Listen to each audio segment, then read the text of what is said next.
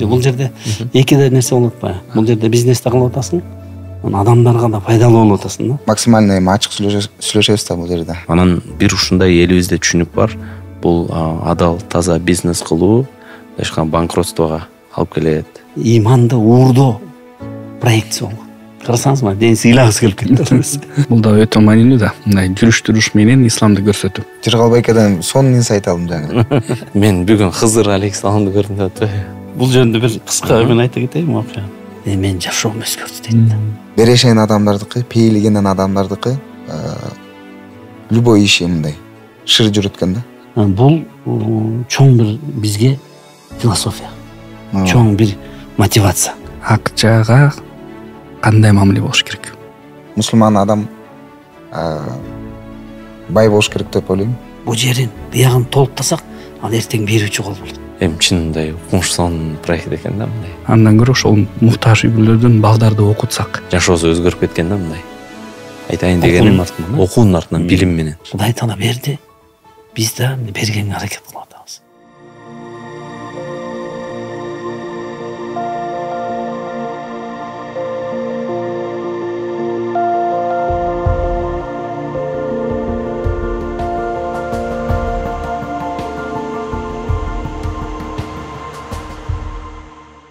Бисмиллахиррахманиррахим. Боорукер жана Бенибдо Кудайдын аты менен баштамакчыбыз. Бүгүн да Заман подкасттын чыгармасы болот буюрса. Бүгүн да аябай бизге соодада, бизнесте мындай өнүккөн, жакшынакай жеткенге жеткен байкелер келип отурушат. Бүгүн бизде подкастта адал бизнес тууралуу, ошол ишти кантип адал кылыш керек жана эмнеге адал ишти тандаш керек деп сөз болот. Албетте, буга байланыштуу дагы абдан сонун конокторубуз, биз дагы өзүбүз, мен Дениз байкем экөөбүз көп жылдан бери таанып келген, жакшы мамиледе болгон конокторубуз. Мындай алыстан эмес, жакындан тааныган конокторубузду атайын студияга чакырып олтурабыз. Бул ишкерлерибиз, мына ишкерлерибиздин эң аксакалы, студиябыздын аксакалы десек болот, Жыргал Жунушалиев байкем. Өзү Захра Белек, Оку KG деген ушул аял заты үчүн, мусулман аялдар үчүн кийимдер болсун, жана көптөгөн биздин китептер болсун, мусулман адам жашоосуна пайда ала турган көптөгөн оокаттар менен жана башка ушул спорт тармагында, билим тармагында да жакшы бир проекттерди байкем алып жүрүп келет. Албетте кайрымдуулук тармагында дагы жана Азамат Аматов ушул баарыбыз билген, баарыбыз жакшы көргөн Мубарак чайханаларынын негиздөөчүсү. Мына бүгүнкү күнүбүздө бизге ушул элибизге ушул адал тамактанууну трендке айлантып, өзү дагы бир көп кайрымдуулук иштерде катышып келет. Кудай таалам баарыбыздан иншалла ыраазы болсун. Буйруса, урматтуу көрүүчүлөр, сиздерге дагы бүгүн ишкерлик багытында, ушул таза адал иш кылуу багытында жакшы бир кеңештерди ала алабыз деген чоң бир үмүтүбүз бар. Андыктан бүгүн көрсөтүүбүздүн башкы демөөрчүсү бул Толор бренди. Биздин улуттук үрп адатыбызды, каада салдыбызды сактаган, ушул өзүбүздүн Кыргыздан чыккан Толор бренд буюрса, абдан мыкты кийимдери бар. Сиздер да кенен кийинип кетсеңиздер да болот. Баарыңыздарга жагымдуу көрсөтүү каалайбыз.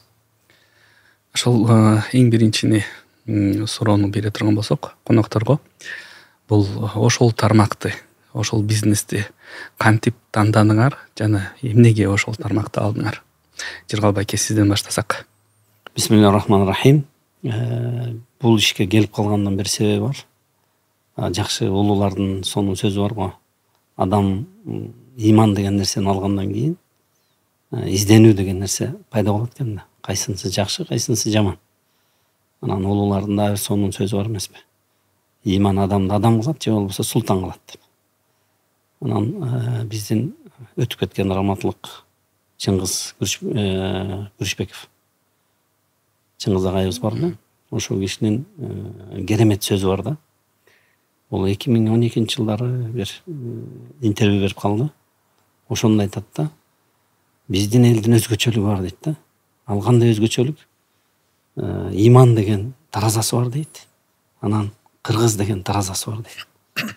Сырттан келген нерселер ушул эки таразага салынып, эгер туура болгон болсо биздин ичибизге кириш керек дейт да, мамлекетибизге. Ошол сыяктуу биз да ал адамдардан илим алгандыктан, билим алгандыктан, сабак алгандыктан ошол таразага салдыктан мен мурда тиги алтын магазиндерди кармачымын да. Анан кой дедим да, жыйыштырдым да. Канткенде элиме, диниме пайдалуу болом. деген максатта ушул системага кирип калдык. Кыскача ошондой. Болбосо алтын менен деле кете берсе болот эле. Бирок анын сурагы кандай болот? Алтын деген өзү атына жараша заты, ал анан тын деген сыяктуу. Бир аз коркунучтуураак да. Жакшысы бар, жаманы бар, уурдалганы бар, жасалганы бар. Ошон үчүн халал жагына, адал жагына киргенибиздин бирден бир себеби ушу. Жоопкерчилиги азыраак турбайбы? Бул жерде эки да нерсе болуп атпайбы? Бул жерде бизнес да кылып атасың, анан адамдарга да пайдалуу болуп атасың да. Сен үчүн аял затына исламдагы бир заманбап кийимдерди тартуулайсың. Бирок алтын сатсаңыз деле аялдар сүйүнүп атпайсызбы? Ал жагы да бар. Албетте ар бир адамдын ниетине байланыштуу айтып койгой. Иннамал амалу бинният. Бардык амалдарыбыз ниетибизге байланыштуу. Кудай таалам ушул сиздин ниетиңизди жеткирсин. Албетте ошол эле убакта коомчулукка адал жакшы бир тамак аштарды тартуулап аткан мубарак чайканабыз бар. Мына Азамат, сиз сөз кылып берсеңиз. Бисмиллахир-рахманир-рахим. Учур менен баягы колдонуп, берекелүү орозо айт менен куттуктагым келет. Эми именно ошол мубарак чайканасына токтоп келсек, баягы максимально ачык сүйлөшөбүз да бул жерде. Чын айтып келгенде баягы жаңы ачканда бизде деле андай көп динде деле өзүбүздө түшүнүк жок болчу да. Анан Аллах Таала өзү мындай кандайдыр бир учурда өзү хидаят берди. Хидаят бергенде да мындай бир моментально берген жок, мындай постепенно. Акырындап, анан баягы биздин жаныбызда чөйрөдөгү адамдар көп намаз окушчу.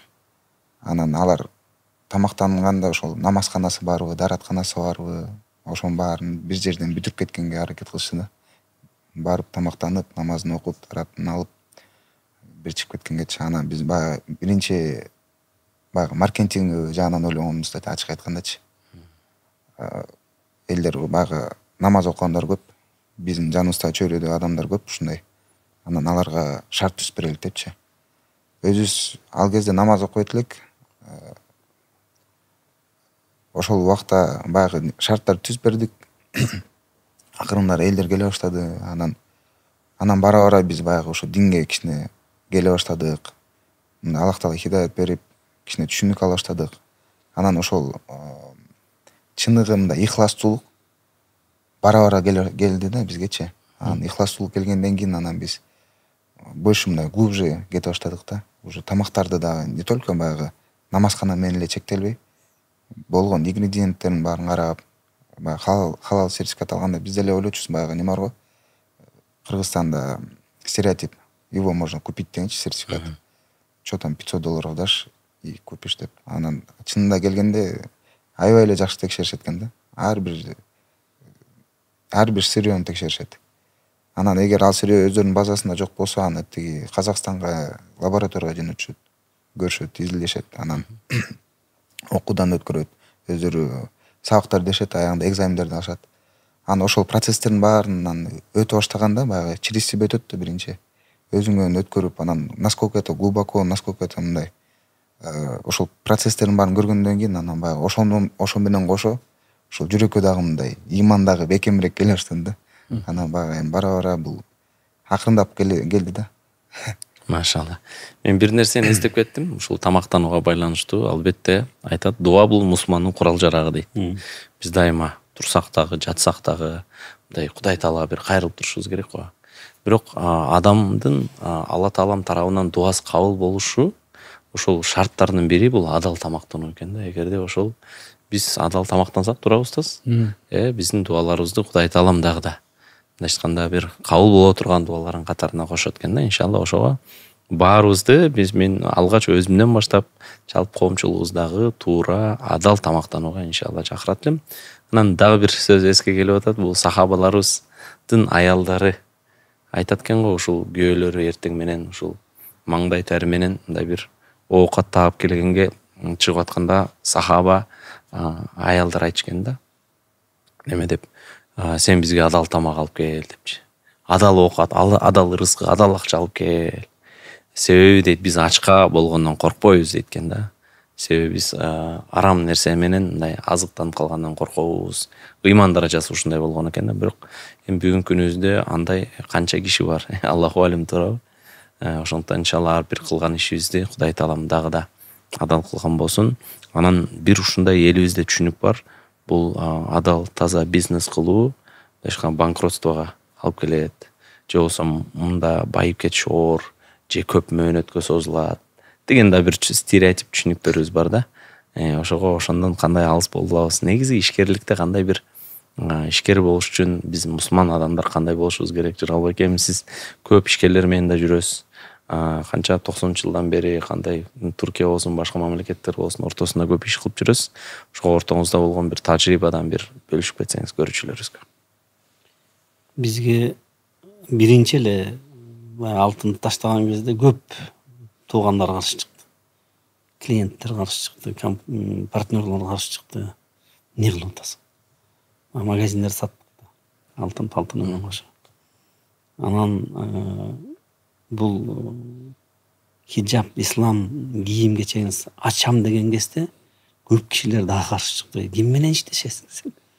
Кимге сатасың? Эч ким жок. Ким алат? 2007-жылда биринчи өзүбүз производство кылдык. 2 жыл.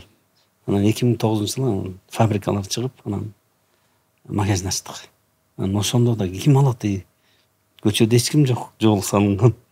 Балким бир 1000 эженин арасында, 1000 аял заттын арасында бир экөө. Ким алат деген чыкты да. Бирок тоокел деген нерсе бар го. Иманда тоокел Кудайга тапшырылды. Кудайга тапшырдык. Кудайым дедик, биз сен үчүн, сен ыраазы үчүн бул нерсени эмне кылалык? Уланталык, бирок сен бизди пайдалуу кыл деп. Анан ишенич да адамга өтө фундамент го. Кудайга болгон ишенич. Денис байке да жакшы билет.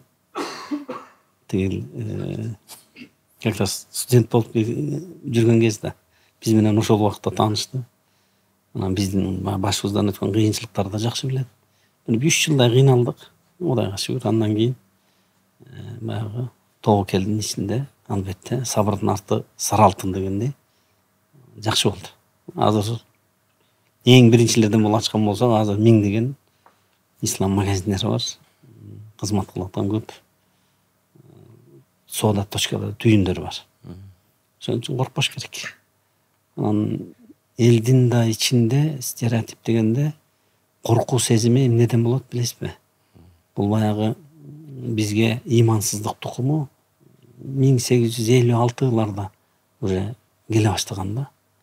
Баягы акырынан келип, окутуу менен, иширүү менен, жедирүү менен биздин ата-бабаларга өтө чоң эме болгон да. Иманды уурдоо проекция болгон. Ал келип бизге чейин жетти. Азыр чыга албай атканыбыздын бирден бир себеби деле ошол убакытта тигилген өрөндөрдүн мөмөлөрү. Биздин ата-бабаларда, аталарда, биздин чоң аталарда багыштарда күнөө жок. Алар ошондой окуду. Бирок азыркы убакытта биз эгер изденбесек, бизде күнөө чоң анда. Атам ичип келген, жеп келген, кийген эмес десек, анда бизде күнөө. Дегенде заман баарын ачык көргөзүп атат, дүнүйө ачык көргөзүп атат. Каякка барсаң жакшысың, каякка барсаң жамансың. Эмнени жесең жакшысың, эмнени жебесең дагы кутуласың дегендейчи. Ошон аракетте сөз берекет болот. Жыргалбай эке, Денис байке менен 2000 2 тааныштык. Ал кезде Денис байке жапжаш болсо керек. Жапжаш. Азыр деле соң жапжаш. Жыргалбай эке менен түп Караколдонсуз, ошол Караколдон. Денис байкем да Караколдон болот, ошо көп жылдан бери сиздер тааныштыр, 2000-жылдын башынан бери. 23 жыл болду таанышканыбыз. Машалла. Денис байкем жапжаш кезден бери тааныйт турабыз. Кандай болгон ошо таанышуу? Бүгүн ал күн деген жума күн болчу. Мен жума намазга келсем эле ушундай супсулуу, ушундай таптаза, аппак көйнөк кийген, чачтары тегизделген жигит отурат немеде. Мечиттин оозунда турат, еще кире элек экен. Анан берип карап эле мында ойлонуп, эмне келди болду экен. Анан саламдашып атым ким ушундай Денис. Абдумалик дедим ошондо. Мен атын Жыргал деп таанышып, жумадайын жолугалыкпы дедим да мен. Себеби бул өтө маанилүү да азыркы убакыттачы. Баягы манастын ичинде сонун керемет сөз бар го. Канаттууга кактырбай, тумшуктууга чокутпай чоңойттум деген. Керемет бир абзац да. Муну түшүнсөк болот да, азыркы убакытта эл да баласын жиберип атат, кызын жиберип атат. Бирок ал эмне жеп атат, ким тебип атат, ким чокуп атат билбейбиз. Ким менен эмне ичип атат, ким менен эмне жеп атат билбейбиз. Анан мен да чыктым, ушундай мындай Денисти как бир тууган катары жакшы көрүп калдым. Сүйүп калдым. Дедим да кой, бул бала менен чогуу таанышыш керек. Сүйлөшүш керек окуй. Анан сразу сурадым, каякта окуйсуң дедим. Десем ушундай англис факультетинде, англис тили боюнча факультетте 5-чи курспун деди. 4 дедиңиз, 3-чү курс болсо. Билеңиз ошону. Анан жолугалык деп колума эметине болду дедим. Анан мен үчүн ал күндөгү жума намаз бүтпөдү да. Качан бүтөт? Качан чыгып баягы орус жигит менен жолугам. Бүтүп алып туруп эң биринчи чыктым да күтүп турам. Анан Денис да рахмат. Баягы өзүн ишенип бир көргөн адамга баягы өзүн тапшырып, айтты, мен үйүм жакын дедим. Мен орусчам бир аз слабый. Жакшы сүйлөй албайм, бирок мен аялым орусча жакшы сүйлөп жүрчү дедим. Анан үйгө бардык да, үйдөн чогуу туруп чай ичтик. Келинчегим менен тааныштырдым, айттым, исламды кабыл алыптыр. Десем, алдай абай сүйүндү. Кантип деп анан сурай баштады. Сурап келди, кайсы мектепте окудуң эле? Ушундай Некрасов мектебин. Канчанчы кызсың? 83-сүз, 83. Мен да Некрасовду. Кайсы жыл? 78. Менин байкем. Анан кантип деп анан исламды кантип кабыл алдым, ошол жерден таанышып калдым. Бул мындай. Кудай Таала баягы өзүнүн уадасы бар го. Ким Кудай деген болсо, биз аларды жолуктурабыз дейт. Бириктиребиз дейт. Ким Кудайын таштаган болсо, биз аларды таштап коебуз, алар арам жолдо бири-бирин таап алат. Ошол аят туура келет да бизге. Карасаңыз. Мен ушундай кубанычтамын мисалы үчүн. Андан Денистин дагы бир кызык окуясы. Вася деген дагы бир физматты бүткөн жигит бар эле. Аны менен тааныштырды. Ал экөөбүз да дос болуп калдык. Денис Бишкекке кетти. Мен аны менен дос болуп, алдабай изденген болду. Окуган адам озот дегендей. Ал исламды кабыл албады. Карасаңыз, ошон үчүн Денистин артында көп жакшы иштер бар. Атасын да таанып калдым дедиңиз. Атасы экөөбүз дос болчубуз. Баягы бир поколениябыз да, союздун поколениясы. Бирибизди жакшы түшүнөбүз. Бирибиздин косяктарыбызды жакшы билебиз дегендей. Азамат керемет адам ана киши да. Мен баратам деген кезде баягы түнкү саат 1-2 болсо да эшикти ачып мындай күтүп турчу да. Баягы Денис окуп жүрөт да. Египетке кетти, окуган кетти, анан Түркияга кетти, анан биякта окуп жүрдү медреседе. Мен атага бала ордуна мен барчумун. Денис мына эсинде болуш керек. Баягы баласын тааныбаган бир бей адамдарга тапшырып берди да. Анан чакырып туруп бизди эмеге далды. Отуруп тамак берди. Мынтип карап туруп анан айтты да. Эгер силерде адам болгон болсо мен балам силерге ишенем деди. Эсиңизде ошол, Анда Денис жапжашты, 18-19, балким 20-да. Биз ата дедик. Денис биздин балабыз сыяктуу. Эч камсанабаңыз дедик. Анан дагы бир нерсени айтты. Бир аз убакыттан Денис исламды кабыл алып, бияка кетип окуп аткан кезде бир күнү барсам, ушундай эмеде кубанычтуу. Эмне болду десем эле, пойдем покажу дейт да. Анан барды да торпокторду көргөздү магачы. Мен түшүнгөн жокмун. Не болду десем, здесь я раньше свиньи я кормил дейт. Как сын ислам принял, я все это продал, купил коров и быков. Карасаңыз, Денис ыйлагысы келип кетти. Муну айткан эмесмин сизге. 20 жылдан айтып атам ошон үчүн. Сизге рахмат. Денис өтө сиз менен замандаш болуп калган бул өзү Кудайдын бир чоң белеги. Бул да өтө маанилүү да. Мындай жүрүш-туруш менен исламды көрсөтүү. Себеби мисалы үчүн ошол Жыргалбайке менен таанышканда мечитте Жыргалбайке мындай келип, мындай татынакай болуп, мындай костюм, мындай сонун көрүнүп, анан учурашканда кадимкидей мындай жылуу болуп калыптыр да. Анан атайыниме да ошол таасир тийген да. Себеби байкелерди үйгө чакырып, мындай майрамдарга, эмелерге байкелер келгенде баардыгы мындай сонун, мындай жашнакай жүргөн, чыкыйган да. Анан атайыным ошолорду мындай көрүп, аябай таасирленген да. Ислам бул жакшы турбайбы? Ушундай сонун адамдар исламда депчи. Себеби мен башында кабыл алганда буларды ислам бул терроризм, экстремизм деп түшүнгөн да. Себеби 2003, анан 2001-де могу окуялар болгондо Америкадачы. анан мындай стереотип болуп калган да, ислам бул терроризм, экстремизм депчи. Анан биз 2003 жылы ислам кабыл алганда, анан байкелер көргөндө ислам мындай башкача көрүнүп да буларгачы. Бул жакшы дин турбайбы, жакшы адамдар турбайбы деп мындай өтө таасирленип, анан 2 жылдан кийин ошол апам да исламды кабыл алды да. Ошол байкелерди көрүп, ушундай мамилелерди көргөндөн кийин кабыл алышты. Анан атам да кабыл алган да. Мен медресеге кетип калгам Бишкекке. Анан мындай үзүлүп, мындай көп деле ал жерде мындай телефон бар болчу, бирок папа менен сүйлөшөсүн 5-10 минут болду да, атам менен мындай көрүшпөй калдык. Бирок Жыргал байке улам зыяратка барып, мен Бишкекте жүрсөм деле, Египетте жүрсөм деле калтырбай зыяратка барып атам менен жакшы мамиледе болуп, анан атам 15 жылдан кийин атам мусулман болуп берди. Жыргал байке, кечиресиз, сиз ошондо Дениз байкени мечиттин жанына жолуктурганда баягы орус улутундагы адам мечитте биринчи жолу көрүп, ошондон таасирленип баягы аябай интерес проявлять эттиңизби? Иншалла, Алла разы болсун. Эми баягы азыркы учурда, азыркы заманда эки бир тууган бири-бирин мындай карабай турган учурда ошол убакта сиз мындай келип, чын ыхластуулук менен Аллах үчүн жакшы көрүп, Алланын ыраазычылыгы үчүн, ушундай мамиле кылганыңыз бул чоң, мындайча айтканда бир чоң иш го дейм да. И азыр сиз мындай айтып бергениңиз, мындай мен сиздин жаныңызда ошол убакта жүргөндөй болуп кеттим да. Мындай сиз мындай болот го эми бир чын жүрөктөн болгон баары сезилип атат да. 20 жыл 30 жыл мурун 20 жыл 30 жылдан бери көрүшпөгөн эки достой бир көрүшүп, бирин-бирине билесиңби жаш кезде момдай дегенди айтып берген сыяктуу мага жаңы эле болду да. Окуяларчы. Арабтарда мындай сөз бар да. Ал инсану абидул ихсан депчи. Адам баласы дейт, жакшылык да, жакшылыктын мындай кулу депчи. Жакшылык, мындай жакшы мамиленин кулу депчи. Себеби биз мындай башка адамдарга жакшы мамиле кылган болсок, албетте адам ошол нерсени жакшы көрүп, мындай сизге мындай ачылат экен да. Ошондуктан биз мусулман болгондон кийин башка адамдарга мындай жакшы мамиле кылуу менен ислам көрсөтүш керек да. Анан ошол нерседи биз ошол байкелерден көрүп алдык да убагында. Машалла. Абдан соң биз кандай качан болобуз азам? Жыргал байкеден үйрөнүш керек экен, бул эми аябай жакшы тактика го дейм да. Силер көргөзбөй эле калып атасың. Жыргал байкенин немеси жакшы, мындай жүрүш турушу менен мындай дайыма дават кылат да.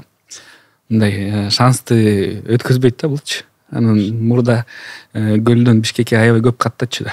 Гөлдө жашап, анан Бишкекке мындай көчөйүн деп аябай көп каттачу. Анан Бишкекке көчкөндөн кийин деле Гөлгө дайыма жумасына 2-3 жолу каттайт да. Анан жолдон бир мындай эме пассажирди алып коет. Анда Гөлгө барганча, же Бишкекке барганча дават кылып коет. Ал мындай уже намаз окуган мындай баштайын деп мындай даяр болуп калат. Анан сабактарга кошуп коет, ушундай адамдарга эмне мүмкүнчүлүк өткөзбөйт да. Машалла. Даватты. Жыргал байкеден сонун инсайт алдым жаңы. Баягы биздики кээ бир адамдар бар го, мусулман эмес болсо эле мындай, сен кафир, сен намаз окубайсың, мындайсың, тиңдейсиң деп. Жыргал байкенин айтканын азыр окуясаң, наоборот, кандай гана адам болобу, жада калса еврей болсо деле максимально жакшы мамиле кылып, ошол менен динди, ислам динин жакшы жагынан көрсөтүп, сүйдүрүп алса болот экенчи. Пайгамбар саллаллаху алейхи вассалам негизи баардык адамдарга жакшы мамиледе болгон. Себеби бир окуябыз бар. Мына сиз еврей десеңиз эстеп кеттим. Пайгамбар сахабалар менен отурган кезде бир еврейди, маркум еврейди көмгөнгө алып кетип аткан болушат. Ошол жанынан өтүп баратканда пайгамбар саллаллаху алейхи вассалам ордунан турат да, ал киши өтүп кетет. Анан кайрып отурган кезде сахабалар сурайт да: "Я Расулалла, бул эми еврей го" дейт. "Бул эмнеге мындай туруп атасыз?" дегенде, "Бул адам го" дейт да, биринчи кезекте бул адам го. Аллах Таала буну мындай бул махлукту инсан кылып жаратты дейт да, мындай буга сыйыбыз болуш керек дейт да. Ошондуктан биз баардык адамдарга жакшы жылуу мамиледе болушубуз керек. Анан жаңы эле сонун бир мисал болуп, чындыгында биздин жашообуз өзү дават болуш керек да. Амр бил маруф, нахи анил мункар. Жакшылыкка чакыруу, жамандыктан кайтаруу. Каякта болбойлу, үйдө бололу, же жумушта бололу, же болбосо көчөдө адамдар менен бололу, бир гана мечиттин ичине кирип мусулман болуп, жума намаз бүткөндөн кийин бир 2 сааттан кийин кайра эле бир башка адам болуп калбай, бул мындай айтканда, эгер динди кабыл алсак, толук кабыл алууга күчүң жеткенче, албетте эми ортодо түрдүү кыйынчылыктар болот ар бир мусулман адамда, бирок күчүң жеткенче бир пайгамбарыбыздын туура насааты менен жана Курандын даанышмандуулугу менен жашаганга аракет кылышыбыз керек деп ойлойм. туура. Себеби пайгамбарыбыздын көз карашы менен бул жашообузга адамдарга карай турган болсок, пайгамбарыбыз Мухаммад саллаллаху алейхи вассалам негизи мындай аябай өтө мээримдүү болгон да. Анан мээрим үчүн келген да. Анан Аллах да райымдуу, мээримдүү деп атабыз да. Анан пайгамбарыбыз ар бир адамды мындай дават мындай кыла турган мындай киши катары көрчү да. Ал кишиге дават кылыш керек. Ошон үчүн өзүн тиги жайдагы канчалаган 150 жол барып, дават кылып, мындай динди жеткизгенге аракет кылчу да. Ошон үчүн биз да жашообузда ар бир адамды ушундай көрүшүбүз керек да. Буну мындай дин түшүндүрүш керек. Буну бул жашоодо да акыретти да куткарыш керек деп көрүш керек да. Душман катары эмес, тескерисинче ошону буга кантип жардам бере алам, буну кантип бул жашоодо да тиги жашоо үчүн да кантип куткарам депчи. Мен бир жакшы иш десеңер эстеп кетип атпайбы? Кечиресиздер, силерди конокко чакырып алып анан өзүнүн ар күйүүсүн окуясын айтып бере бербейли анан. Болгон жакшы бир ой менен бөлүшүп коеюн дедим. Жакында эле умрага барсак, Азат деген досум бар, анан ал дагы ушундай убагында Египетте окуган, жакшы жумуштарды кылат, дин жаатында аябай изденет, такуа жигит мындай айтканда. Анан комнатага келип калат, анан айтып, мен бүгүн Хызыр алейхисаламды көрдүм деп атпайбы? Кайдан көрдүң ал Хызыр, каяктагын айтпачы дедим да эмне. Мен 100% Хызыр алейхисаламды көрдүм, колунда кармап көрдүм деп атпайбы? Кандай болду десем, мен библиотекага бардым дейт, анан китептердин сүрөттөрүн тартып алыптыр да, аябай мындай редкий китептер экен да, мындай айткандачы, аябай чоң китептер экен. Анан баарын библиотекада жыйнап коюп туруп, анан кассага барып эсептетиптир да. $1,500, эми долларга карап 1,500 санап бериптир да. Анан кой деп туруп эң керектүүсүн алыптыр. $500 чөнтөгүндө бар экен да. Анан калгандарын баарын кайра алып барып коюп туруп, анан алдында бир адам турган дейт. Айтат, дейт, китептерди эми эле алайын деп атсам дейт. Токто, сен жаңы эле толтура китеп алып атпадың беле дейт. Кана калгандары деп сурады дейт. Мен эми аларга акчам жетпей койду деп эле ачык эле айттым дейт. Анан алып келип барын деп. Алып келип барын.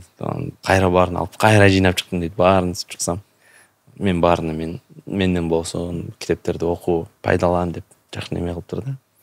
Анан Алла ыраазы болсун, колун карматсам, моягы жок экен да, жумшак экен да мояк. Көрсө ушундай болуп турбайбы? Хызыр алейхисалам моягы неме болот экен да? Жумшак болот экен, могу косточкасы жок болот экен, кыскасычы. Анан жок дейт. Анан таң калып эле мен китептерди алып муунсем жок дейт да адамчы. Аркасында жанында балдар бар эле деп токтотуп келип десип чыктык, бияк карадык, вообще жок, жанагы киши жок дейт. Китептер төлөп бүткөндөн кийин мен пока сумкага салыштырганча уже жок болуп кетти. Өлө мындай жагымдуу киши экен дейт да, мындай. Адамдар болот го, энергетикасы, мындай нуру. Иншалла ошентип сүйүнүп келген болчу. Жыргал байкеде да ушундай окуялар көп болсо керек. Айтып бериңизчи. Бир эминде эсимде бар. Сиз айтып бериңиз го. Мындай Көлдөн Бишкекке баратканда уктап калдыңыз го, машина мененчи. Анан бир аксакалды көрдүңүз түшүндө. Эсиңизде барбы ошол? Көп болду да, унутуп калдым уже. Ошол сиз айткансыз да. Машина менен баратат. Ошол Көлдөн Бишкекке болсо керек. Анан мындай чарчап калат да. Анан уктап калыптыр. Байкебиз уктап калыптыр. За рулем болупчу. Анан уктаганда бир аксакалды көрүптүр да. Мындай машина менен баратам дейт. Жолдо бир аксакал турат дейт да. Мындай сонун татынакай.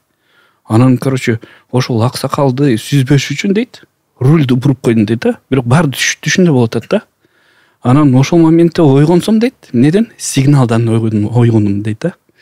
Мындай навстречу эме КамАЗ келип аткан экен да. Чоң машинечи. КамАЗ келип атканда анан ошол бурулганда как раз мындай эметип калыптыр да.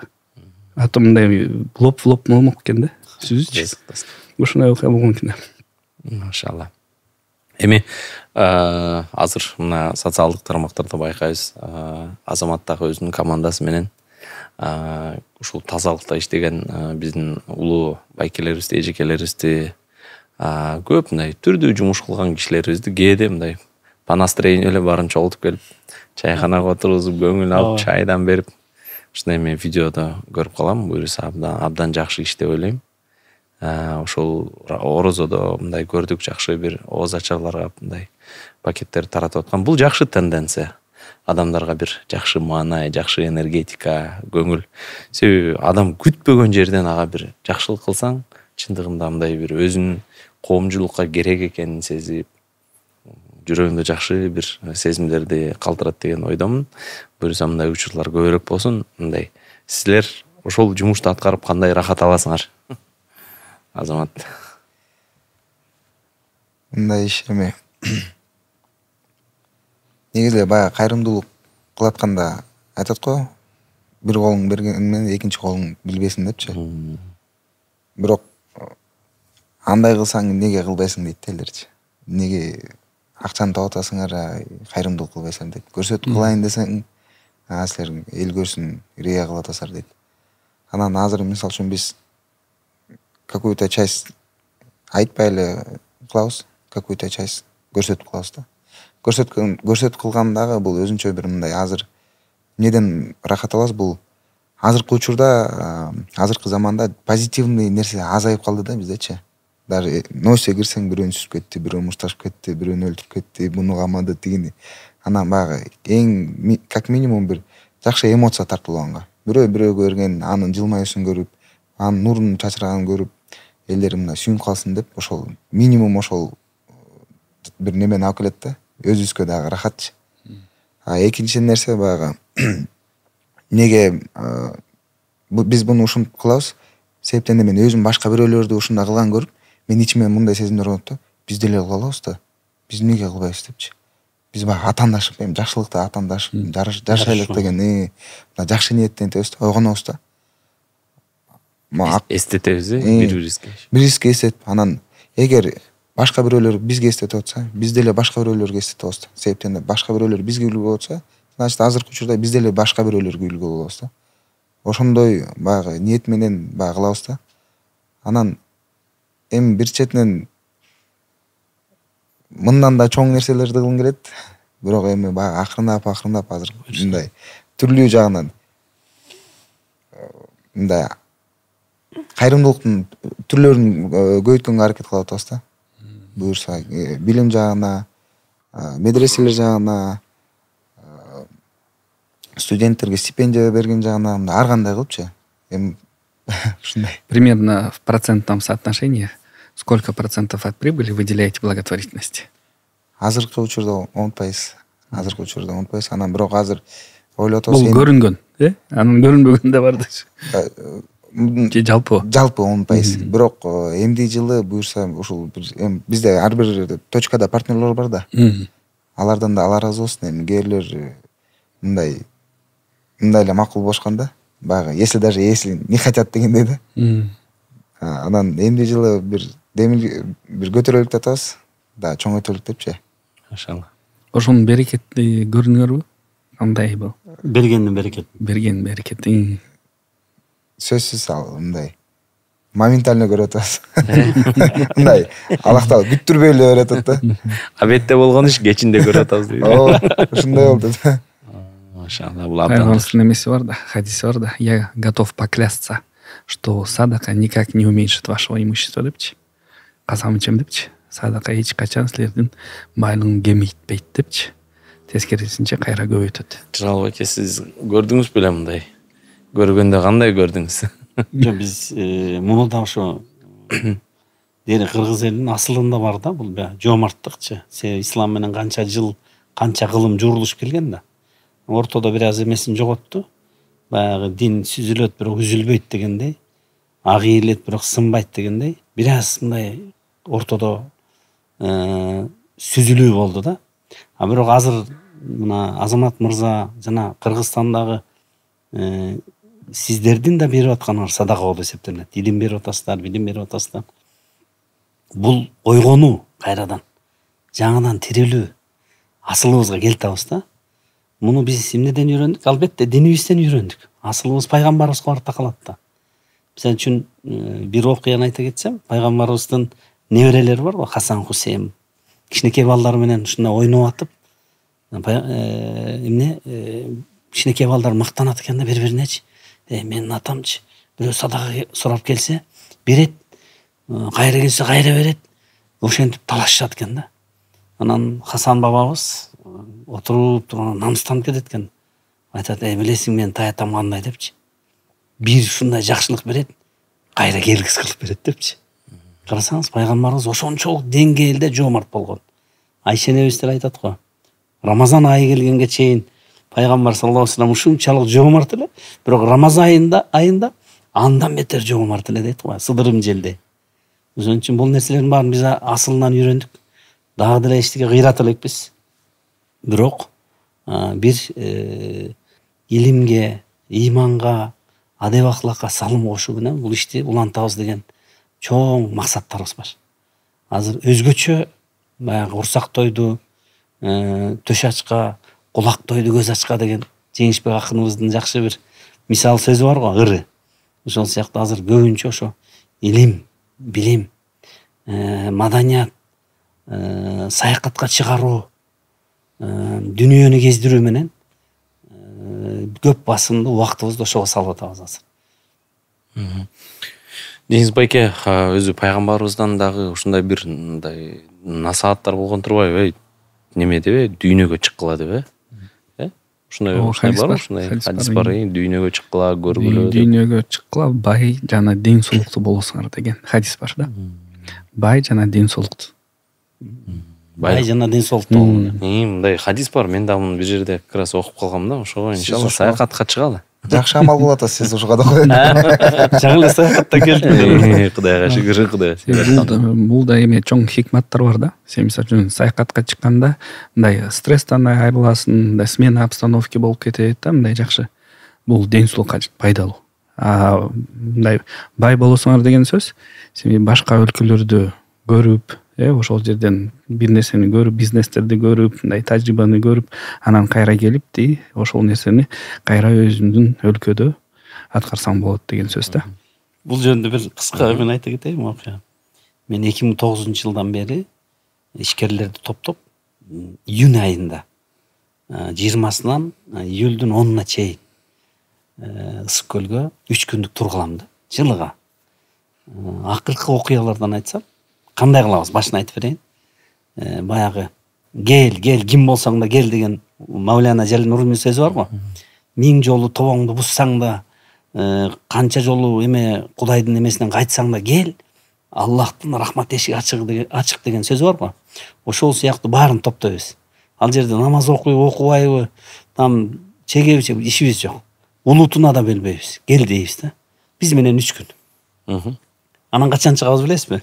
Эртең менен Багымдат намазында чыгабыз. Автобус менен чыгабыз, Багымдатты окуп туруп анан жолго чыгабыз. Бул бир адамдарды ойготуу. Себеби таң атып аткан кезде азыркы 99% инсандар уктап атат. Кудай Тааланын рахматы жаап атат, бирок уктап атышат. Ойготобуз да эме күн чыгып аткан кезде автобуска салабыз, анан жолго чыгабыз. Анан жолдо карап уктатпайбыз. Микрофонду алабыз, бирөөнө сөз беребиз, тиге сөз беребиз, буга сөз беребиз. Анан бар көлдүн жээгинде таңкы тамактануу уюштуруп коебуз. Бул чоң бир эме да, мындай берекет. Сиз айтып атпайсызбы? Ден соолукта болгула. Дагы эмне дедиңиз? Бай болсун. Бай болгула деп. Анан байкелер баягы күнүгө уктап көнгөндөр таң калат. Анан ошондон тамак ичкенден кийин сууга түшүү программасы бар. Анан футбол ойноо, анан дагы бир ушундай семинарларды өткөзөбүз. Өткөзгөндөн кийин эс алып минтип келип кечинде кайра жатып, эртеси күнү кайра анан тоону көздөй алып кетебиз. Кайра Багымдат таң аткай ойготобуз, жылы төшөктөн тургула майке кеттик. Мен бир аз уктап алайынчы, жок. Себеби шартты коюп койгонбуз. Чыгарда шартты коюп койгонбуз. Ошентип 3 күн бизде. 3 күн келгенден кийин сиз айткандай да, мен жашоом өзгөрдү дейт да. Уйкум өзгөрдү, тамак сиңирүүм өзгөрдү. Ушул жерде 30-40 киши менен баарлашуум өзгөрдү дейт да. Жаңы диалогтор пайда болду, жаңы достор пайда болду. Анан биздин бир чоң мындай эмебиз бар, фишкабызчы. Сөзсүз тоого чыгарабыз. Бир 3000, 3500 бийиктикте, метр бийиктикте тоого чыгарабыз. Себеби тоого чыккан кезде адамда ички дүйнөсүнө ойгонуу пайда болот. Кандай? Мен чыгалат экем. Көрдүңүзбү? Үмүтсүздүк шайтандан го. Мен чыгалат экем. Анан ушу тоого чыгарабыз, анан 4-күн анан Бишкекке алып келебиз кайра. Кудай буйрса быйыл уюштурабыз. Июндун 20-сынан 6-сына чейин. эшигибиз ачык. Машалла буюрса. Үй бүлөлүү барса болот, Жок, биз только жалаң эркек кишилер, эркек кишилер. Эркек кишилер. Үй бүлөлүү деп уюштуралы дедик былтыр. Мүмкүнчүлүк болбой калды. Баягы эми жайгаштыруу да кыйын. Жайгаштыруу беребиз бизде. Июнь айында тоодо суугураак, кыйын болуп калат экен. Бирок уюштурса болот. Азыр уже жакшы эмелер шарттар түзүлүп калды тоодо. Каркыра жайлоосуна алып барабыз. Сахабаларда убагында эме да. Иншалла. Мисалы үчүн Малайзия жака ошол жерге келип сооданы кылып башташканда сахабаларчы. Анан соода менен дават кылышканда. Анан соода аркылуу ошол кишилер динге кирген да. Себеби бул кандай? Сооданы таза кылат, алдабайт. Ушундай чоң соода кылгандан кийин булар ислам динине келишет да. Анан Жыргалбайке да ошол сыяктуу да мындай соода менен дават кылат да. Бизнесмендергечи. Сооданы мындай кылыш керек, мындай таза жүрүш керек деген көп бизнесмен кайра намаз окуп баштаган көргөм да. Жана мен соода десеңиздер, Абдурахман ибн Аф сразу мындай дароо эске келет го. Ушул сөзү эсимде да. Мисалы үчүн биздин хижрат болгондо бүт сахабаларыбыз, мына эң алгачкы сахабалар ушул 13 жылдан кийин, мына мындайча айтканда Меккеден Мадинага карап көчкөн кезде ушул ал киши Абдурахман ибн Аф радиаллаху анху, Алла таала ал кишиден ыраазы болсун, өтө Меккенин эң бай адамдарынын бири. Ушундай кайсыл иш кылбасын, Кудайым берекесин берип, ушундай бир чоң байлыкка ээ болгон. Бирок Меккенин мушриктери ал кишини кууп чыкканда, куугунтукка алганда, жана ал кеткен соң бүт байлыгын тартып алган экен да.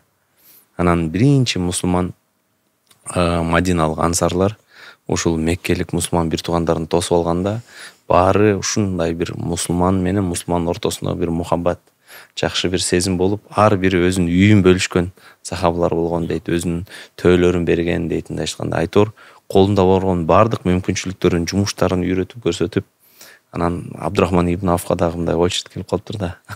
Ал келгенден кийин айтыптыр да, сага кандай жардам берели дегенде ошол сөзү эсимде да. Ал киши ушундай айтыптыр да, мага базарга жолду көрсөткүлө. Анан базарга жолду көрсөткүлө дегенде айтат, бир кыска мөөнөттүн ичинде дейт, ал киши Мединанын эң бай адамы болуп калды депчи. Ушундай чындыгында бир соодага аябай бир өтө бир мындай айтканда бекем, ийгиликтүү, шыктуу адам болгон экен да. Буюрса эми ишкерлик жөнүндө сөз кылып атабыз. Бүгүнкү темабыз дагы ушул адал бизнес кылуу, ишкерлик кылуу. Бирок ишкер болуш бул чоң жоопкерчилик. Бардык адамдар ишкер боло албайт, мындай айткандачы. Ошо кандай сапаттарга ээ болуш керек? Ишкер болгон адам кандай бир тоокерчиликкө баруу күчү болуш керек, эрки болуш керек? Азаматка суроо. Жыргалбайке, сиз бисмилла. Сиздин да үнүңүздү угалды атпайсызбы? Биз эле сүйлөй бербейт. Эми эң биринчи баягы ишкерликте менин оюмча, баягы айтат го, среди умных и быстрых побеждает быстрые, а среди быстрых побеждает умный депчи. Ошол бул менин оюмча бул эрк керек да эң биринчичи. Бизге баягы баштайм деп көп ойлонуп жүрө беребиз го. Бизнес баштаарда кылсамбы, кылбасам. Ошол жерде эрктүү адамдар жеңет го деп ойлойм да.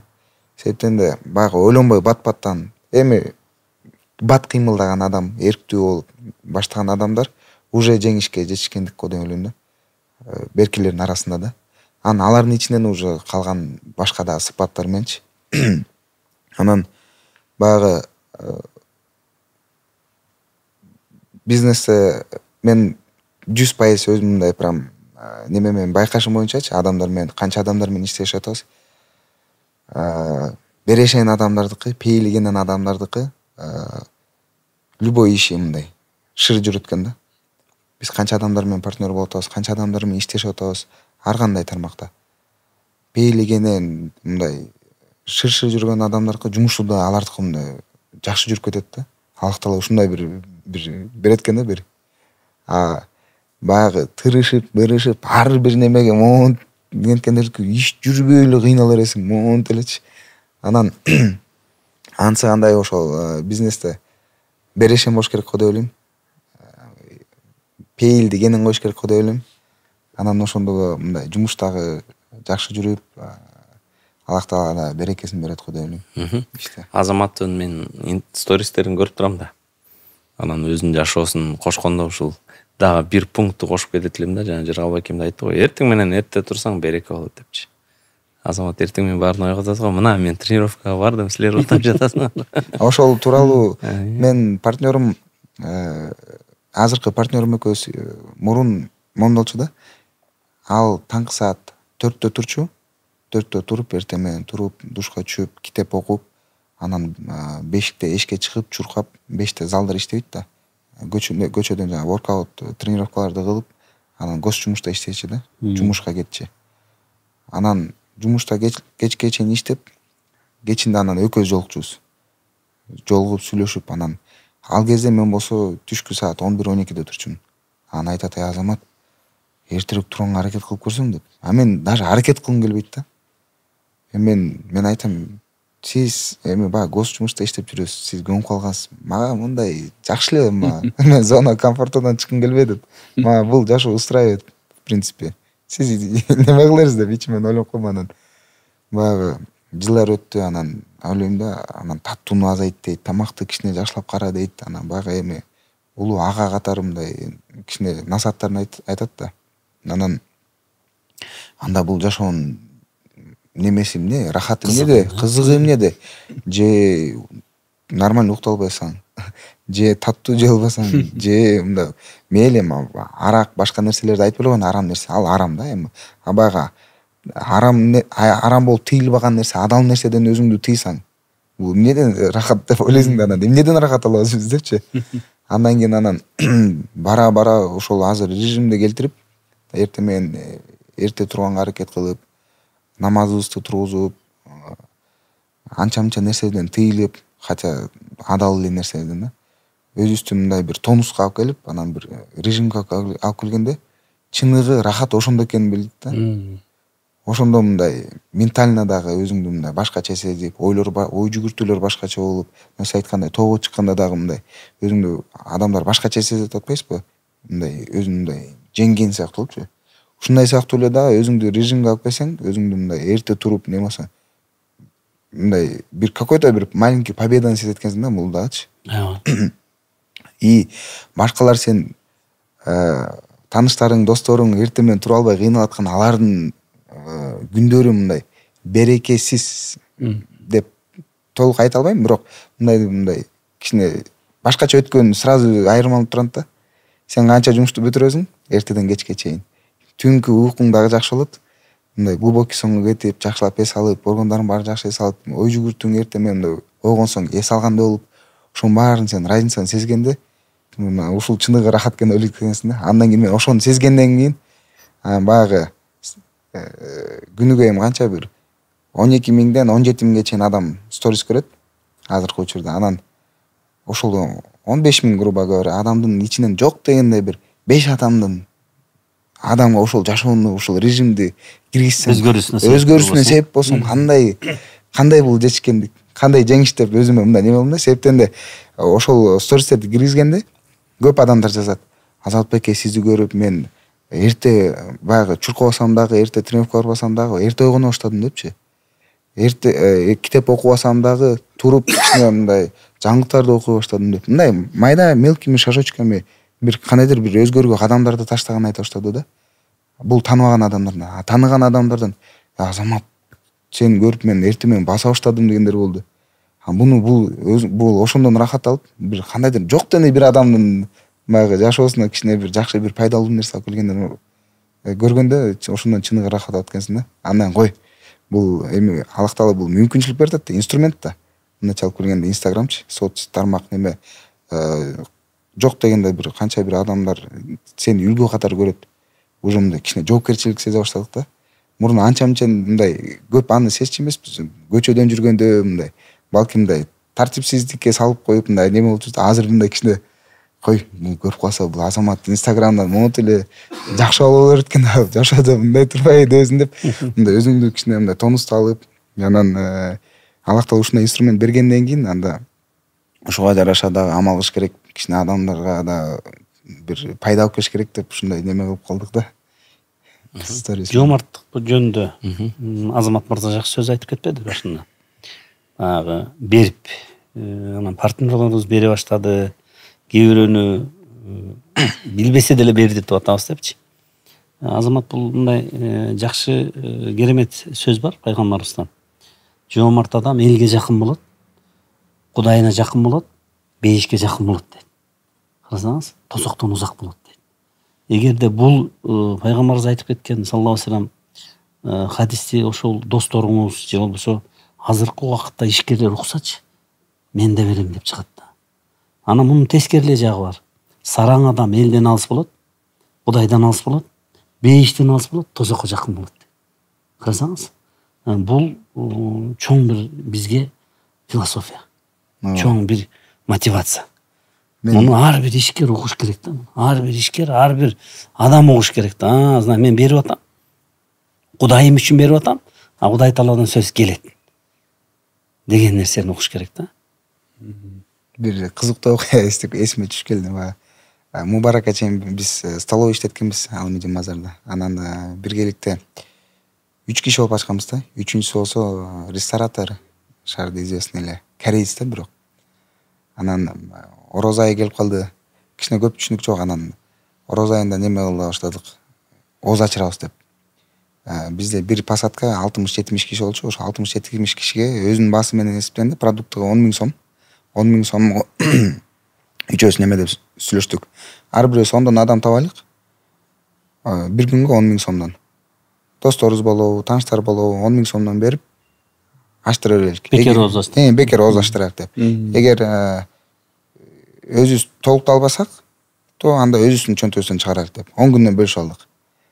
Анан тааныштарыбыздан неме кылып атат, бере баштадык. Экөөбүз кыргызбыз, анан биздики баягы тааныштар чыгат, тиги чыгат, эми чыкпай калса дагы өзүбүз кошкойбуз. Анан тиги байкуш корейстики ал байкуш даже элден деле сурабайт окшойт. Эми кантпайтын болду, мен корейец, анан баягы ооз аштырганга келип орозо жөндөчү кантип теманы көтөрөт да өзүнүн тааныштардын арасында.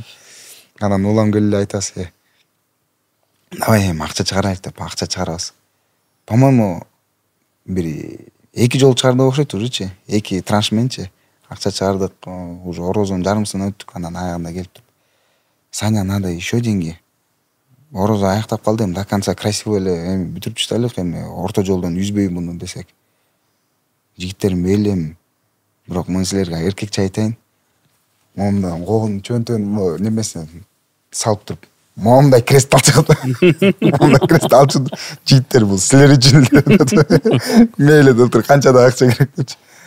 Мен баягы эмне айтып кетти, эми партнерлор карайсыздар, разный по религии болсо дагычы. Бирок бул мындай эмне деп коет эле? Жомарттык, анан эсиме такыр чыгып кетти бул сөз. Кыскасы эми баягы анамда бири-бирине болгон уважение да, эми партнерстводачы. Сый, урмат, сый. Анан ошол менен баягы бири-бирибизге көрсөткөн урмат сый менен баягы Аллах Таала дагы мындай жакшы бир ортодо бир неме кылды го дейм. Хотя мусулман эмес. А биз мусулмандар бирибизге болуп туруп, кээде азыр кичине тырышып коебуз да, мындайча айтканда. Менде байке азыр Азаматты угуп, чын жашоомдо ойлонбоп турмун. Бирок бир жакшы, мен өзүм күбө болгон жакшы факт бар да. Биз эми курман айт болгондо курмандык чогулдобуз го кишилерден. Анан мага бир такыр дин карманбаган бир бала бир бука берген да. Точнее 4 бука берген да. Бирөө атамдын атынан, бирөө апамдын атынан, бирөө болочок келинчегимдин атынан, бирөө өзүмдүн атынан депчи. Бирок мындай мен сырттан билем, ал киши дин карманбайт да, дин жашабайт. Мусулман эмес. Анан мен эми мындай, мен сурадым устаздардан, эми бул киши берип атат. Нафил, ибадат, нафил иретинде проблема жок деди. Ал кишинин атын атап мындай айтканда союп койдук. Нафил иретинде курман айтты. Ойлондум, эми ушул мындай дин карман болсо кандай болот депчи. Анан карасам бир тааныштарымды бирөөнү умрага жиберип коет. Элестеңиз, умрага жиберет мындай. Болбосо өзү дин карманбайт же жашабайт да. Анан кийин убакыт өттү, ал адам кийин мусулман болду да. Карабайсызбы? Карабайсыз. Кийин эми айтайын дегеним, ушундай иштерге аралашканы дагы Алла Тааланын мээрими менен, ал адамды мындай айтканда сыротал мустакимге, туура жолго мындай айтканда Кудай таалам чакырып неме кылды да. Эми азыр динне бекем болбосо дагы бирок өзү мечитке барып ла иляха илlalloh деп динди кабыл алып, кыскасы айтор мындай айтканда жанагындай тиги партнерыңыз да буйруса акырын балким Кудай таалам бир хидаят берет иншалла. Албетте Кудай таалам иншалла мээрим экенен. Машалла. Мындай суроо бар. Мусулман соодагер үчүн акчага кандай мамиле болуш керек? Акчага болгон мамиле өзү мындай сууга эле мамиле болуш керек менин оюмчачы. Биздин маскап башчыбыздын сонун окуясы барбы? Мejlisте отурган кезде бирөө келип кулагына шыбарайт, альхамдулилlah деп коет. Ошол эле адам кайра бир аз убакыттан кийин кайра келет да бир нерсе шыбарайт, альхамдулилlah деп коет. Мejlisте сабак бүткөндөн кийин сурашат эмеспи жанындагылар? Сиз устаз, шейх тиги киши келди ушундай деди, альхамдулилlah, мунун сыры эмне деген кезде, биринчи келген кезде ал киши соодагер болгон, имам Абу Ханифа. Сиздин кемеңиз бүт тагары менен сууга чөгүп кетти деди. Мен жүрөгүмө карадым дейт. Жүрөгүм бир булк эткен жок дейт. Альхамдулилlah, дүнүйө сүйүүсүн жүрөгүмө кийирбепсиң. Кудайыма шүкүр дедим дейт. Экинчи келген киши эле кайрылып айтты дейт. Сиздики эмес экен, башка экен. Сиздики аман эсен жээкет чыкты деди. Жүрөгүмө карадым дейт. Жүрөгүм мындай сүйүнүп кеткен жок дейт. Ошого эмне дедим дейт? Альхамдулилlah дейт. Ошол сыяктуу бул улуу адамдардан улуу өрнөктөр бар. Бул улуу адамдардын улуу өрнөктөрүн биз өзүбүзгө жашообузга сиңирсек, акчага болгон, дүнүйөгө болгон, байлыкка болгон сүйүү мындай колдун кири, кыргызымда сонун керемет сөз бар го. Байлык, бийлик колдун кири деп. Ошол мамилеге өтүп алабыз. Акчаң барбы, жокпу? Эң негизгиси байлык. Кудай таала турат, жүрөгүмдө иманым бар, бүттү. Ошого өтөбүз да буюрса. Анан акчанын келиши да жакшы бир мисал бар. Жоомарт аксакалдан сураган экен да. Сиз ушунчалык берешенсиз, берип атканда ичиңиз ачышпайбы? Же болбосо мындай тапкан акчаңызды тааныбаган эле бирөөгө берип атасыз, бирөөнө кийим берип атасыз, бирөөнө тамак, бирөөнө окутуп атасыз деген кезде, мен өзүмдү бир мындай тамак куйган чөмүч сыяктуу элестетем дейт да. Мындай Кудай таала берет, сузуп куюп берем дейт да. Бул да бир имандын бир чоң бийик даражасы. Анан Кудай таала бардык мусулмандарга жанагы умрадагы болгон окуя сыяктуу жоомарттыкты насип кылсын деп тилеп кетебиз. Амин. Устаздар да айтышат го, мындай акча биздин чөнтөктөрдө жана колубузда болуш керек, бирок жүрөктө эмес депчи. Ошондо гана силер акчаны мындай туура сарптайсыңар депчи. Анан тиги Азамат мырза да сонун айтыптыр го, инструмент депчи, инструмент. Кантип инструмент болот акча? Бул өмүр убактылуу, эч нерсеси жок келебиз, эч нерсеси жок кетебиз. Ачуу чындык, акыйкат ушул болуп атпайбы? Недавно да бир подкастта Максат Амыл айтты го. Ушул өмүргө келип, эч нерсеси жок келип, ушул талашып, тартышып, бул жерде мындайча айтканда тартышып, талашып, анан баарын таштап туруп кетип калабыз депчи. Анан азыр мен бир ишенимдин үстүндө иштеп жатам өзүм. Кандай ишеним? Ушул акча деген бул Аллах Тааладан берген мындай во временное пользование да. Тебе нужно просто правильно распределять. Анан бул сеники эмес. Бул сага берилген как во временное пользование. Анан буну просто канча мүлкүң болобу, канча наличка акчаң болобу, болгон мал мүлкүң бул деген Аллах Тааладан берилген бул во временное пользование берилген инструмент. Сыноо катарда. Же туура жолго колдоносуң, бейишке алып бара тургандай кылып. Же туура эмес колдонуп, арам жака алып барышы мүмкүн да бул нерсе дагычы. Анан айтат го, жүрөккө эмне кирсе, Аллах Таала ошол менен сынайт депчи. Жүрөккө машина кирсе, ошол машина менен сынайт. Сүйүү кирсе, ошол сүйүү менен сынайт депчи. Чириш-чур жүрөккө эмне кирип кетсе депчи. Ошондуктан бул акчанын дагы финансовый положение дагы жүрөккө өтө киргизбеш керек го деп ойлойм да. Анан ошол ишенимди баягы неме бул Аллах Тааланыкы деп киргизсе жүрөккө, bundan бергенден дагы жеңил болот да бергенчи. То есть акчадан кутулган дагы жеңил болот экен да. Потерял, ничего страшного. Это и так не мое было. Банкрот болдуңбу? Ну, значит, на все воля Всевышний депчи. Бирок эми, конечно, болгон себептерин кылганга аракет кылабыз. Бирок туура эмес терс натыйжа чыкса, ага мындай кое бергенге аябай жеңил болот экен да. Ошол ишеним үстүндө иштеп жүрөбүз. Жакшы, мындай биз менеджер экенбиз да, э? Алла Таала бизге байлык берди, биз менеджер. Калсак бияка колдонобуз, калсак бияка колдонобуз, бирок эртеси күнү сурак бар. Ушу мен ойлой берем да, кээдечи, мисалы үчүн сен байлык табасың да, мындай мээнет кыласың, чуркайсың, башка байлык табасың, анан өлүп калдың. Анан сен өлгөндөн кийин эле сен үй бүлөң, бир туугандар, башкалар ошол байлыкты бөлүштүрүп алат. А бирок ошол байлык үчүн сен жооп бересиң. Туура мындай. Дайыма сен айтат го мындай байлык, анан кийин макам адамдын белгилүү бир жерине чейин менен болот депчи. Өлгөндөн кийин эле болду, а уже сеники эмес. Аны бирөөлөр бөлүштүрүп алышат, башка кылып алышат. Анан кийин достор дейт, сени үй бүлөң дейт, ошол кабырга чейин алып барат, болду, сен менен ары кирбейт эч ким.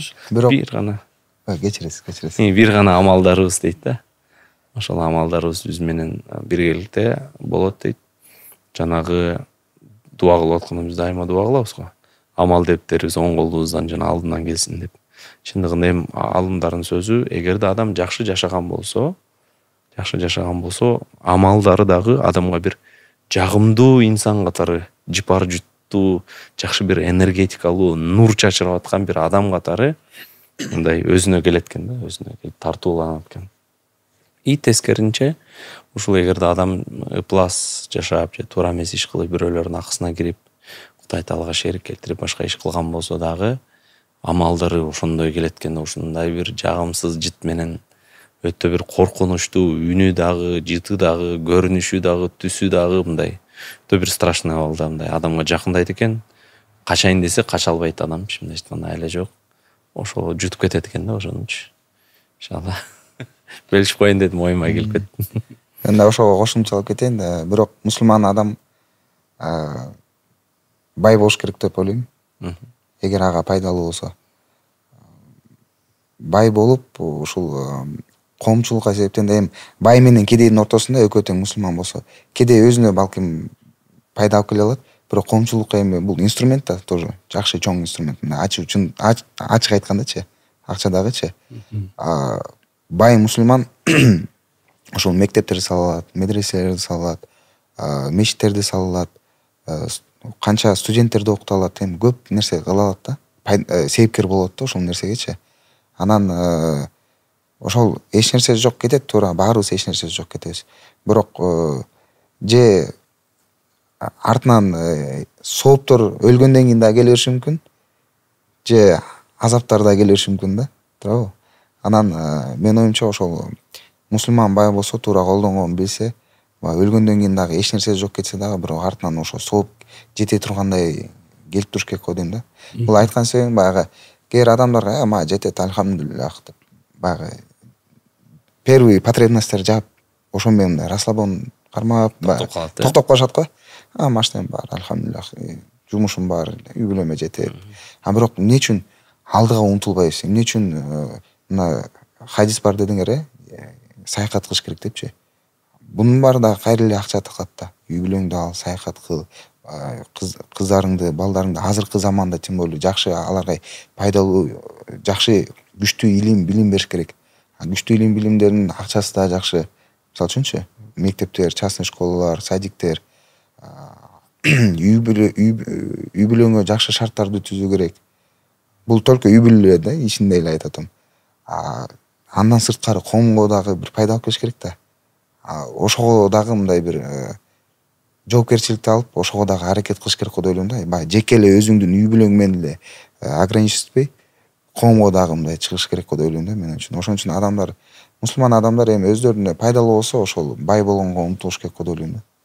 Туура хадис бар го, берген кол алдан колгондон жогору турат. Ошол конокторго мындай суроом бергим келип атат. Ошол соодада, бизнесте ийгиликке жетүүнүн сыры эмнеде? Жанагы байке. Бөлүшүп өтүңүз. Биз эми чоң бир компания ачпасак да, чакан элге журтка пайдалуу бир иштерди кылганга аракет кылып жүрөбүз. 2011-2012 жылдары ошол биз стипендия бере баштадык. 63 ырым кылып пайгамбарыбыздын жашын эме кылып 63 студентке стипендия беребиз айына. Бул 63 миң сом деген сөз да. Анан көп адамдар эметет да, мындай. Кайдан табасың? Мен билбейм дейминчи. Бирок берем да. Карасаңыз, Аллах Тааланын казынасы кенен экенин бир эмес да, сыры. Ошол сыяктуу берүү бул чоң бир азыркы убакыттагы бир чоң эшик да. Элдин баары алып эметип атпайбы? Азырчы мечиттердин жанына барсаң, жума күндөрү, Рамазан айында сурагандар көбөйүп кетти. Ичим ачышат да. Булардын балдары эмне болот деп, азыр өзү сурап атат, жанында кичинекей баласын көтөрүп алган. Подсознанияга бүт кирет да. Энем сурап өлдү, анан мен да ошону менен жашайм деген. Бул өтө чоң аянычтуу бир процесс да. Муну жоюшубуз керек. Жалпы Кыргызстанда мындай кайыр турган адам калбаш керек да. Мен тилегим ушул. Эч ким. Азыр хадисте эскертпеді, берүүчү кол алуучу колдон өйдө турат деп. Мен ушуну каалайт элем, Кыргызстанда эч бир адам кайыр сурабай калса, баары берели деп калса, башка мамлекеттерге берели деп, бергенге адам таппай калса, бергенге адам таппай калса деп дуа кылам да. Неге дегенде, бул жакырлыктын белгиси. Бир. Кандын укум-тукум бузулушунун белгиси. 2. Башка мамлекеттерге бир мындай алсыздыгыбыздын белгиси. Муну жалпы мындай ойлонуп отуруп, мындай бир нерсе иштеп чыгышыбыз керек. Ислам менен журулушкан адамдар, аалымдар, бизнесмендер иштеп чыгыш керек. Ошол эле кайыр сурап аткан эжелерди, байкелерди, ошол кичинекей бөбөктөрдү алып окутушубуз керек. Ал бир деңгээлге чыгыш керек. Муну менен өмүр өтүп кетпеш керек. Бул өтө аянычтуу нерсе. Мындай намазга барганда байкап атасыздарбы? Бул мындай чоң оору да булчу. Бизге балким азыр билинбейт. Бирок укум-тукумга кетчү бир оору да бул. Мурда мындай жок эле, бирок азыр күчөп баратат. Мурда мындай сурагандар баласын эметип, мунун атасы кайда? Жоопкерчиликсиз. Карасаңыз, кээ бир мына баарлашып калам, эжеке мына моуну алыңыз. Бирок жолдошуңуз кайда? Бизди таштап кеткен. Канча балаңыз бар? 4 балам бар. Бирөөнүн 7 баласы бар. 2 күндөн мурда баарлашып бир жардам кылдык. 7 баласы бар. Элестетсеңиз, мурдак күйөөсүнүн 4-ү ал өлүптүр. Кийинки күйөөсүнүн 3-ү ал да таштап кетти. Жалгыз эне туткан. Карасаң, тутунган, карманган ошо 7 балага апаруу. Эң улуусу 14 16 жашта экен. Окуп атат дейт кызым. Ошол түнкүсүн иштеп, анан багып атат дейт, бөбөктөрүн дейт. Мен болсо жок ушинтип келип атам. Темадан сырткары чыгып кеттик, бирок бул чоң бир эмне бизге көйгөй. Анан жоомарттар азыр курсакты тойгузуп коюш оңой экен. Мына канча деген фонддор азыр тамактарды берип атат, Мунда алыстан туруп карасакчы, курсактарын тойгузуп атабыз, эртең кайра ачкы болуп атат. Карасаң, кийимдерин берип атабыз, эртең кайра ал тытылат. Бирок бу жерин, биягын толуктасак, ал эртең берүүчү кол болот. Ошого көңүл бурбай атабыз биз. Азыр бир эмени өзгөртүшүбүз керек, подходду. Муктаждарга жардам берүү подходун өзгөртүшүбүз керек. Болбойт өзгөртпөсөк.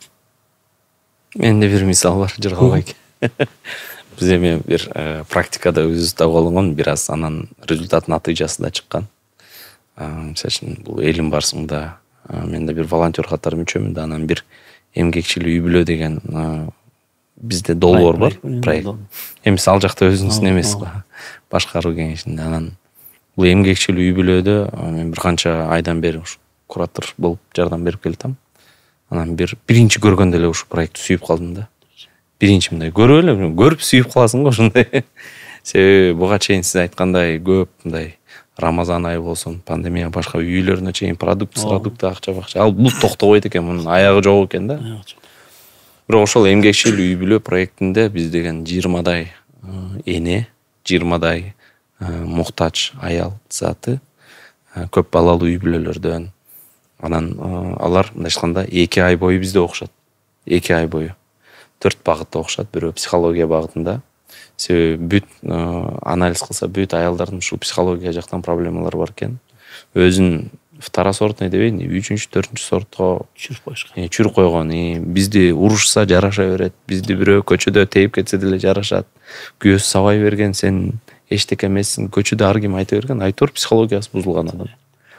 Ошого 40 саат, ошол проекттин ичинде 40 саат психология сабактары алат. Экинчиси бул финансылык мындайча айтканда сабаттуулук. Ошол акча түштү, муну кандай пайдаланыш керек?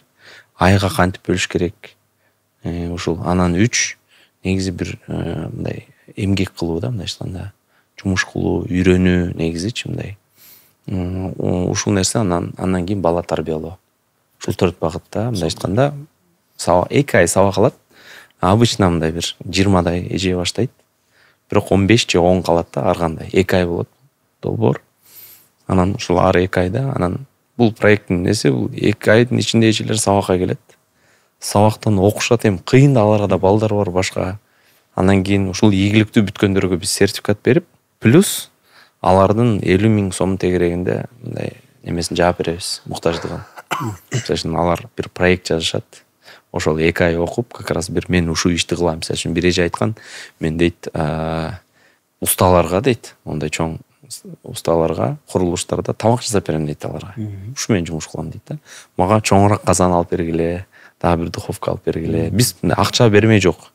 Окутмай, плюс илим билим бермей, жана ошол муктаждыгын алып бермей. Ортодо акча берүү жок да, мындайча айткандачы. Анан чындап жашоосун өзгөрткүсү келген эжелер калат экен аягына чейинчи. Мээнет кылышат экен, эрте туруп ошо сабактарга барып, анан жана психология сабактарына барган эжедин Алла ыраазы болсун, аябай жакшы таасирин берет экен да. Себеби биринчи, экинчи, үчүнчү сабакта эжелер ыйлай берет экен да, мындай ыйлап эле. Өзүңүз тааныштырып коюңузчу десе эле, мен мындаймын, тигиндеймин, мындай жашоомда мындай көрдүм, тигиндей көрдүм. Сиз айткандай көбүнүн күйөөлөрү жок, Россияга кетип калды, жок. Бирөөнкү түрмөдө, анан бирөөнкү башка. 7 баласы бар эжени көрдүм, 6 баласы бар эжени көрдүм. Анан мен менен тең, менин келинчегим менен тең 5-6 баласы менен азыр күйөөсү башка бирөөгө алып жашап кетти дейт. Кыскасы, мындай түрдүү тагдырга азыр мен алардын айтып берип атпайм, анда көрсөң башка да, мындай бир аз оорураак болот да, мындай. Бирок жашоосун өзгөрткүсү келген эжелерди көрдүм, Кудайга шүгүр. Жакшы проекттерди көбү тигүүчүлүк машинка сурашат да, мындайча айткандачы. Бирок ушул проекттин өзгөчөлүгү жакшы экен. Бизде статистика бар. Мына ушул күнгө чейин, ушул мартка чейин 123 адам жардам алды. 123 адам. Акыркы алгандан статистикасы жок. 110 адам статистикасы бар да бизде. 100 проект башталгандан бери 110 адам жардам алды. 90-у жашоосун алмаштырып кетти да. То есть элесиңиз, бул 110-нун ичинен 90 деген бул аябай жакшы көрсөткүч. Себеби биз кийин бизде бир кыз бар, чалышып, бүт билип турат да, мындайча айтканда, кабар алып дегендейчи. Бул дегени бул 85-84% болуп калат, бирок аябай мындай эми чын мындай укмуш проект экен да, мындай. Эми бул бир байкебиз да келип ошол жака спонсор болуп берген болчу. Өзү мага чалды, Нурсултан. Кечиресиң, көп убакыт алып сүйлөп койдум, бирок өрнөктүү мисал да. Замир деген байке, Замир Бабакулов, чалып, Нурсултан, мен 50 жылдык юбилей өткөрөйүн дедим эле деп өткөн жыл чалып атпайбы анан. Бирок сен ушундай кайрымдуулукка аралашып каласың го, мен дейт той өткөргүм келбейт дейт да. Мен дейт ушул кайрымдуулук кылып берейин, 500 000 сом ырымдап койдум дейт. Анан сен ушундай мурда аны менен, анын баласы менен биз продукт ташып бергенбиз да. Ошого эми дароо мени эстеп калдыбы деп ойлойм. Анан ушундай кылбайлыбы дедим. Анан мен ойлонуп ошо долбоорду таап айттым, байке, продуктты таратыш же акча бериш шартпы десем, шарт эмес, любой жакшы предложение айта бергиле, сунуш пикирге ачыкпыз дейт. Анан ошо долбоорду таап өзүм барып, анан ошого жардам бердик. Комиссияда отурабыз, эжелер менен сүйлөшүп атабыз. Алар 2 ай кандай эжеке сабак алдыңыз? Пайдасы болдубу проекттин? Өз ичинен ачып айтып берип атышат. Байке абдан ыраазы болду да. Укмуш ыраазы болду. 500 000-ин дагы 600 000-ге көтөрдү. Кыскасы ошого мындай мен дагы ыраазы болуп калдым. Ошондон бери проект уланып келатат, Кудайга шүгүр. Айтор мындай жакшы нерсе экен да, мындай чын. Анан иши апалар бата беришти да, ошо биздин да балдарыбыз силердей болсо экен депчи. Анан иншалла Кудай таалам бата, дуа, тилектердин баарын кабыл кылсын. айтайын дегеним, сиз же айтып калдыңыз жана бүтүп мен просто эстеп кеттим ушуну. Ошол проект дагы көп жашап, көп адамдарга пайдасын алып келсе экен деген. Иншалла ой. Денис агайдын суроосунан эме кирип кеттик. Кайрымдуулук. Мен да жакында Москвага барып келгем. Москвада аябай чоң форум өткөн. 50дөн ашыгыраак кайрымдуулук фонддор катышкан. Булар Россияда ар кайсы шаарларда иштеген кайрымдуулук фонддор. Анан булар чогулуп, эң негизги маселеси мындай болду. Мына 10 жылдан бери, 15 жылдан бери иштеп атабыз. Мындай продуктовый пакеттерди, эмелерди берип атабыз. Бирок маселе чечилбей атат. Андан көрөк келиңиздер стратегияны бир аз өзгөртөлү дейт. Ошол кедей болгон, муктаж болгон үй-бүлөлөрдүн балдарды окуталы дейт. Балдарга мындай жакшынакай билим берели, курстарга катыштыралы, жана жакшы мектептерге берели деп ошого келип калышыптыр да. Анан стратегияны өзгөртүп, ушундай билим берүүгө багыт алышты. Аябай сонун форум болду. Мен да ойлоп атам, биз да ошондон мисал алып туруп, андан көрө ошол муктаж үй-бүлөлөрдүн балдарды окутсак, жакшынакай билим берсек, анан кийин булар чоң мындай сонун университеттерге, жогорку жайларга, ушундай окуу жайларга тапшырылып, жакшынакай кесиптин ээ болуп туруп, жакшынакай жумушту мындай тапкан болсо, андан да көбүрөөк пайдасы тиет деп ойлойм да. Менде мындай жашоомдо эки өрнөктүү мисал бар. Бирөө биздин классташыбыз болот. Өзү атасы таштап кеткен. Айдаркен деген айылда. Анан ал неме Алма артында ПГТ болчу да. Поселок городского типа дегендечи. Анан бирок ал жана лицейге өтүп калган, бизге Турецкий лицейге мындай 4-орун болуп, жана колдун учу менен жана бизде 1-2, 3, 4, 5-орун бекер окучу да. Ошол 4-чү болуп мындай колдун учу менен жармашып калган да. Анан ошол жакта окуп, көз тийбесин классташым 3 дүйнөлүк олимпиадага, 3 Азия олимпиадаларына чыгып, күмүш медаль, бүт жакта медальдар менен келген да. Анан ошол жактарга чыгып, анан кийин өзү Massachusetts Institute of Technology деген дүйнөдө номер 1, номер 1 Гарвард дегендер 7-8-орунда экен. MIT 1-2-3 дайыма алмашып турат экен да. Бирок 2025 эсеби менен 1-орунда экен. Ошол университетте IT технология боюнча университет бүттү да. Атасы таштап кеткен бала десеңиз, болбосочу мындай. Анан дагы бир дос балам бар, ал буагында кичинекей кезинде апасы дагы мындай өтө кыйналып караганда атасы таштап, апасы менен жана базарларда мантысат. Бирок лицейге да өтүп, бекер окуп, университетке өтүп, бекер окуп, анан Турциянын Центр банкында иштеп, Голландияда чоң банкта иштеп, айтор кийин азат чет өлкөдө жашайт мындай. Жашоосу өзгөрүп кеткен да мындай. Айтайын дегеним, окуунун артынан билим менен. Айтайын дегеним, жана андай ооба бирөө мындай бир жакыр үй-бүлөдөн болушу мүмкүн. Бирок анын баласы ийгиликке жетпейт деген нерсе жок. Именно ошол балдар күчтүү болуп чыгат экен да, Кудай таалам бир береке берип коебу, илимине илим берип коебу, Аллаху алим мындай айтканда. Ошого мен мындай бул мен жакын достордун аларды көрүп атам да мындай. Бул конкретно мен көргөн балдар да мындай, мен көрбөгөн канча балдар бар мындай айтканда. Ошого мындай бул түздөн түскө болгон, ошого сиздер айткандай жанагындай балдарды окутсак, буюрса бир иншалла жакырчылыкты алысыраак болобузбу дегеним да, иншалла. Ошол биздин мындай кайрымдуулук жакшы темалар келди экен, бирок бул пайдалуу окшойт деп ойлойм. Курмандык жөнүндө бир башымдан өткөн окуяны айтып коюңуз. Ошол биз жана алтынды таштап анан эмеге өткөн кезде эң биринчи курбандык 2003-жылы өтүп атат да. Анда курбандык жөнүндө түшүнүк деле жок биздечи. Кандай союш керек, канчаны союш керек, ким союш керек деле билбейбиз. Анан Алла ыраазы болсун, устаздарыбыз келип бир киши ушундай бир кой сойсо болот деп түшүнүк айтты да. Анан кимди сойдурабыз, тигини анан 4 кой сойдук да. 87 кичинекей балага тамак бердик. Ата энеси менен чогуу. Ошентип жүрүп, кийинки жылы 4 бука, анан 16 кой ушинтип өсүп кетти. Анан 2007-жылы мен банкрот болуп калдым. Анан байкелерден топтодук курбандыктарды. Анан ушундай бука жетелеп баратам да. бука жетелеп баратып дуа кылып атам да. Кудайым, быйыл эчтекем жок мен бере турган. Сен мага бер, мен жылга бир бука соёюн дейм да. Бука жетелеп баратам. Ыйлагым келди байке. Билесиз го баягы эмелерге сойгондар ташыйбыз го. Ташыгыч болуп калдык да. Ушуну жетелеп баратам. Сен мага бер, мен жылга бир бука союп турайын депчи. Ошол күндөн Кудайга шүгүр бүгүнкү күнгө чейин 2 букадан кем сойбойбуз. Үй бүлөбүз менен. Карасаңыз, Кудай Таала берди. Биз да бергенге аракет кылып атабыз. Жоомарт жанагы пайгамбар саллаллаху алейхи вассалам айткан нерсе бекеринен айтпайт да. Жоомарт элине жакын болот деген ошондон экен да. Муну жоготуп албашыбыз. Бул чоң бир асыл бир ишкерлердин асыл бир элементи болуш керек. Ишкерлер муну мына кармап алыш керек да. Кармап алыш керек. Анан кое бербеш керек. Көрдүңүздөрбү? Кудай берди, мен бердим. Кудай берди, мен бердим. Бирок Кудайдан эмне жарыша алган жокмун деген бар го. Кудай менен соревноваться эте алган жокмун. Аягында ал жеңип койдум деген. Бирок ал жеңип койду дейт го.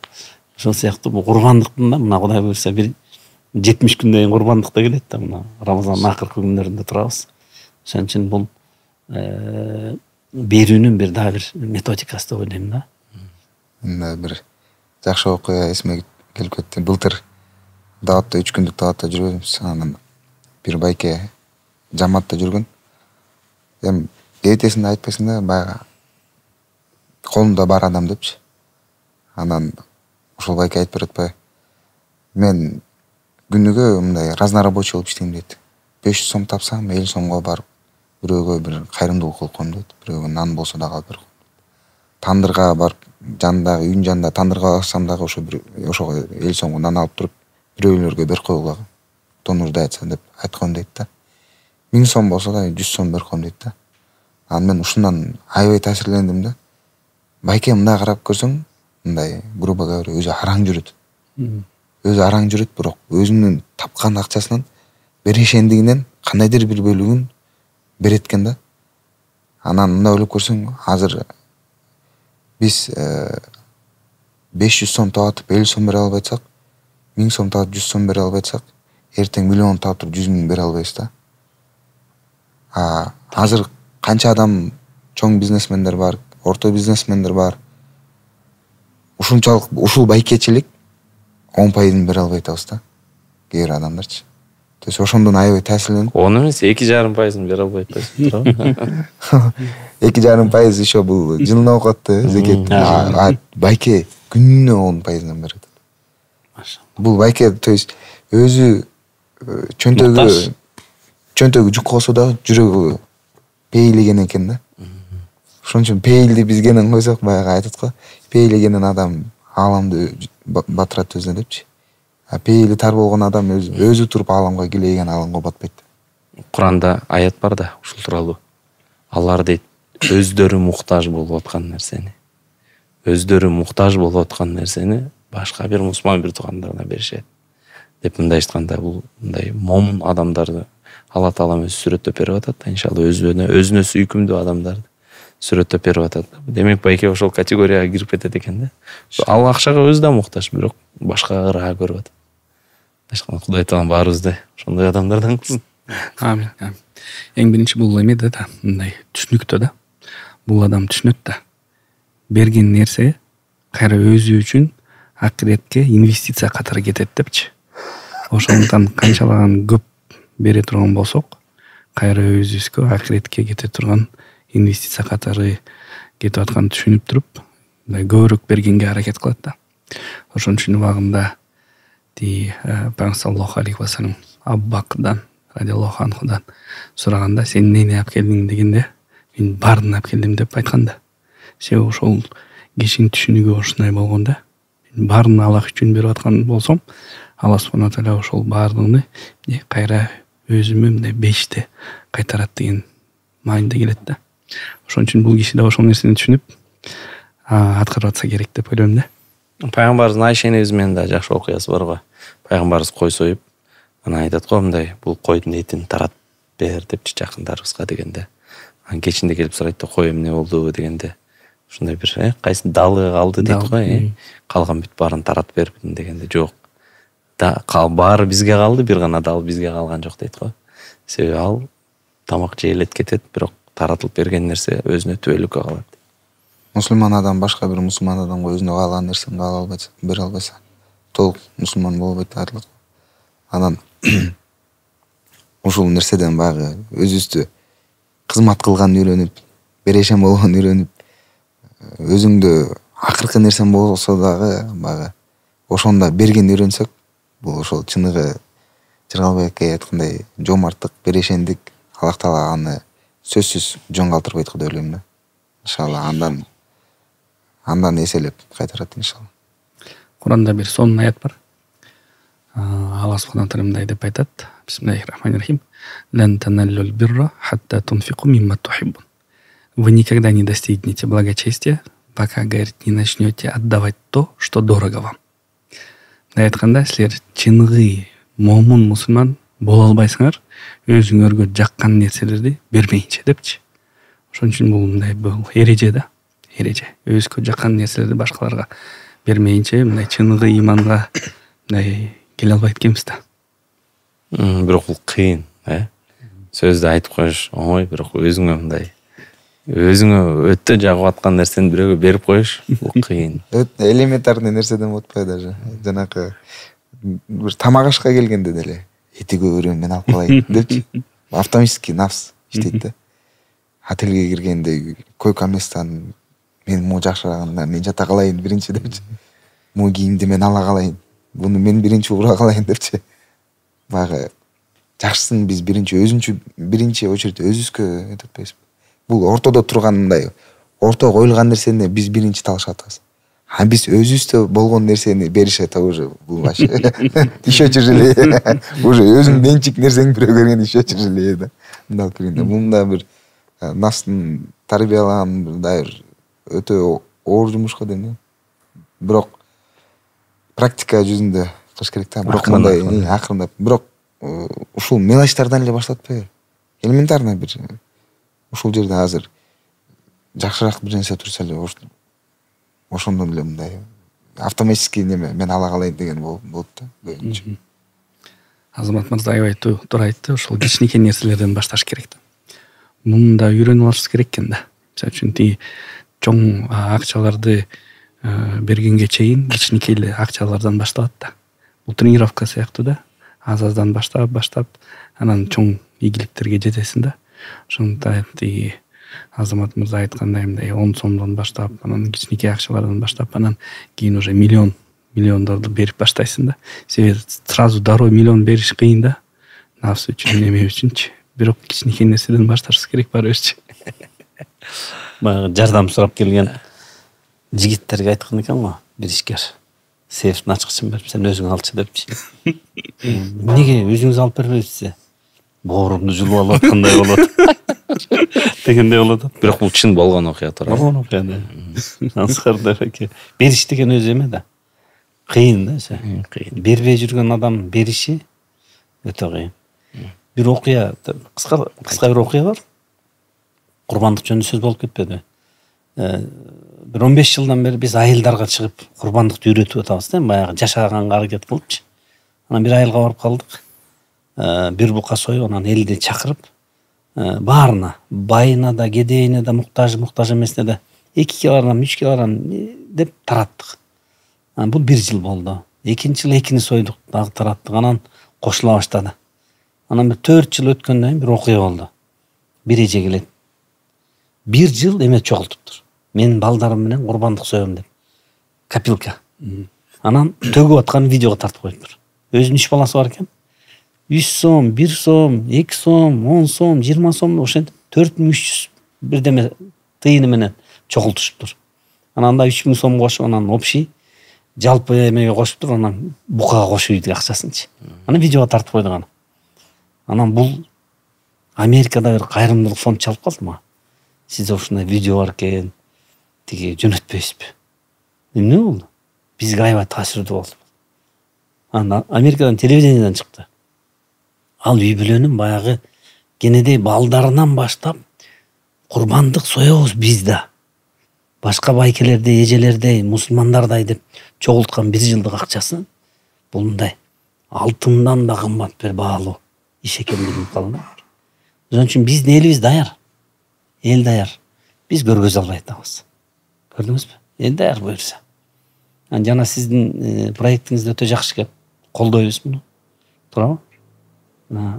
Обучение, образование боюнча. Буюрса бирге көп иш алып барабыз деп ойлойм. Урматтуу көрүүчүлөр, буюрса бүгүн коомчулуктагы түрдүү пайдалуу темаларга иншалла жакшы бир студиябызда сөз кылдык. Албетте ушул биздин долбоорубузду колдогон Толлор брендине биз чоң ыраазычылыгыбызды билдиребиз. Алла таалам жалпы эмгек жамаатыңыздарга береке берсин, дүйнө ахиретиңиздер иншалла бактылуу болсун. Жана ошондой эле биздин досторубуз, партнерлорубуз бул Louvre Emmerich салону, мына бүгүн студиябызда биз да ушул салондо көрсөтүүбүздү тартып атабыз. Жана адал пиццалар, адал тамак аш, бул Додо пицца сиздерге дагы бир таттуу, жагымдуу көрсөтүү каалайт. Баарыңыздарга чоң рахмат. Алла таалам баарыбызга береке берсин. Учурдан пайдаланып, Дениз байке экөөбүз дагы биздин көрүүчүлөргө чоң салам жолдойбуз иншалла. Биздин видеолорубузга сиздер да бир жакшы пикирлериңиздерди, ойлоруңуздарды калтырып, биздин видеолорубузду бөлүшүп туруңуздар. Жакшылыкты, жайылтууда баарыбыз себепчи бололу. Ассаламу алейкум ва рахматуллахи ва баракатуху. Жана кечиресиздер, коштошуудан мурда Толлор брендинин жакшы бир белектери бар эле. Ушул пайгамбар саллаллаху алейхи вассаламдан бир хадис. Мына жер албайке бул сизге экен. Ушул сиздерди келектедик эле, сиздердин ушул размерлериңизге жараша атайын жакшы бир кийимдерди калтыра кетишти.